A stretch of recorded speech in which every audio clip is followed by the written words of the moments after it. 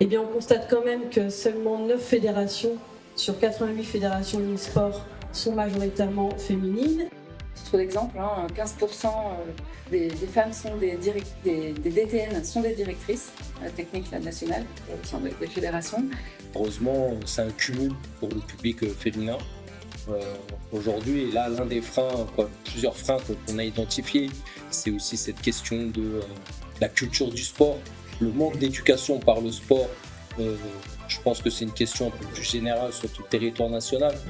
Les hommes bénéficient davantage de leur réseau sportif pendant la carrière, sur l'insertion professionnelle, tandis que les femmes passent par des canaux plus classiques, tels que les concours, les candidatures, les réseaux académiques. Donc là, on a une vraie différence. C'est que les parcours discontinus, en faisant référence à ce que je vous disais au tout début, cette non-linéarité des carrières, ils touchent autant les femmes que les hommes, alors pas tout le temps de la même manière, mais on n'a pas observé de réelles différences à ce niveau-là, en tout cas dans cette diversité de métiers. Mais on ne parle pas de la violence de l'exclusion, quand on est exclu d'une société, d'un système, du sport. On les voit, ces jeunes filles qui sont exclues, on voit ces jeunes filles qui sont victimes de choix familiaux. C'est dur pour évoluer avec parce qu'elles l'intègrent complètement et elles s'interdisent quelque part aussi une certaine pratique sportive.